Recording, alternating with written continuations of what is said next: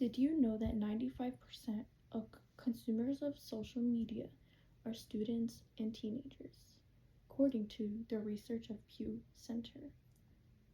A lot of us, the first thing that we do when we wake up without even realizing is checking our phones. This might seem normal to many people, but it's not really the best idea and the best thing to do when you first wake up.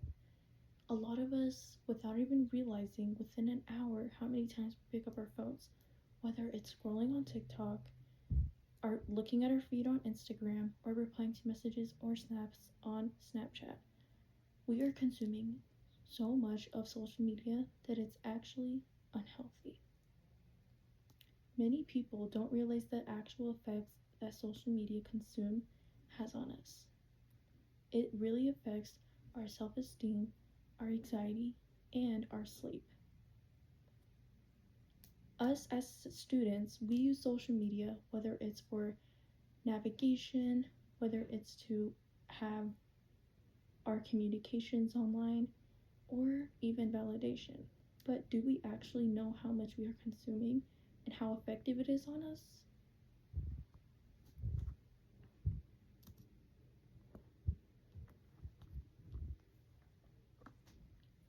First, I'm going to be talking about social media and anxiety. The first thing I want to be talking about is the actual stress that comes within it. Without us realizing, the number one stress that comes within social media is the notifications that we receive. Whether you are scrolling up late at night and you receive a notification, that makes you want to keep on interacting with your social media and phone in general. Social media notifications, whenever we receive it, it has such a tactic to keep us awake. Its main focus on having that is that whenever we want to go to sleep, social media wants us to keep on it. They want us to just keep being on our phones. So within our notifications coming in, us feeling stressed because we know that we are not even supposed to be on our phones before we fall asleep, and now we can't even go to sleep because of our notifications that are keeping us awake. I am such a person to this. I always go on my phone before I sleep, so anytime I get my notifications, I always remind myself to just turn off my notifications and just go to sleep. It is a reminder.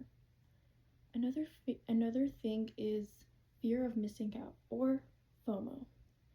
A lot of people, when they are on social media, they see other people posting events, celebrations, or anything that they're doing in their life, and some people get a fear of missing out. They feel like they are missing out when that's not actually the case. That projects such a self-esteem hurt level that you were like, what am I missing out? I wish I can do this.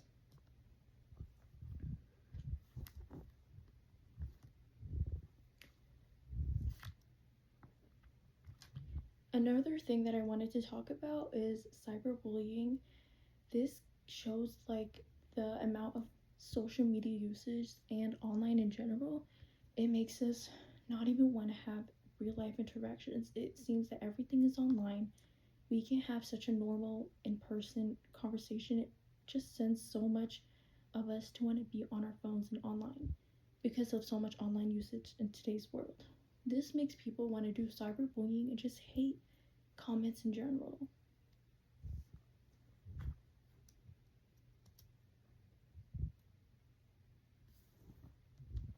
The next thing I want to be talking about is social media and self-esteem. While in today's world, we are seeing so much of the influencers online post themselves with such highly edited and unrealistic photos of them in their lives, it sets such an unrealistic reality of today's world. It makes you so highly doubt yourself that what am I missing? What do they have that I don't? Type of feeling, you know what I mean? So, whenever people see other influencers or even people, mainly influencers and users online, they are feeling so insecure about themselves because of the edited and filtered pictures online when they are realistic, and they set such a standard that is almost impossible to reach. Another thing is that people depend so highly on their interaction that they are receiving, whether it's how many likes is this post going to get, how many comments, how many interactions is this post going to get, and they depend and they relate on that based on themselves. If their specific post got very little likes or comments, they're going to think that they are devaluing themselves because of their own online post. And they are going to want to compare themselves based off their analytics of their posts and how much interaction they're getting to other people. When they're online and consuming that online social media usage, they're always going to want to compare themselves to the other people that are posting the only good parts of their life and the only edited and unraw pictures of their life. They're going to think that this is the life and this is the life I'm going to want, so let me compare myself to them.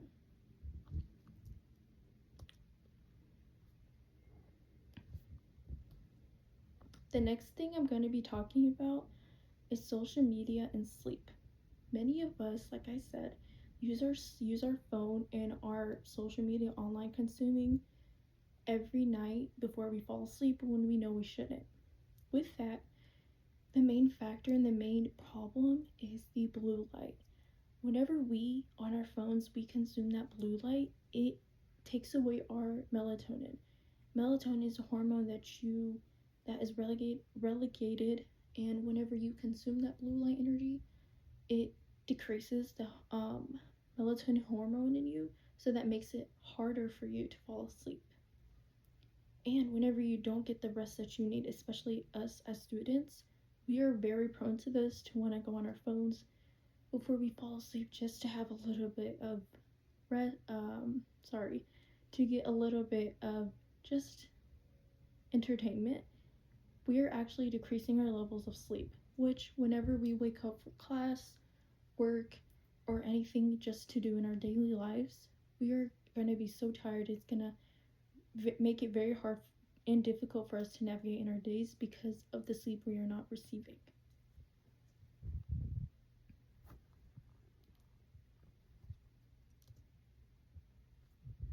And lastly, my final thoughts on this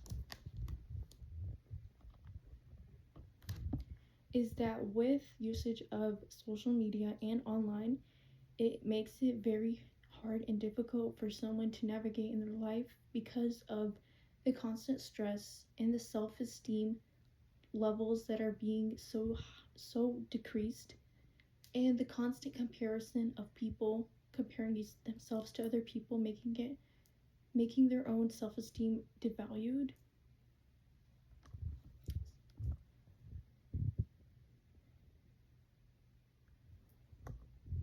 And also the sleep that we are not receiving, it is so hard for us to go on with our days without this. So with the right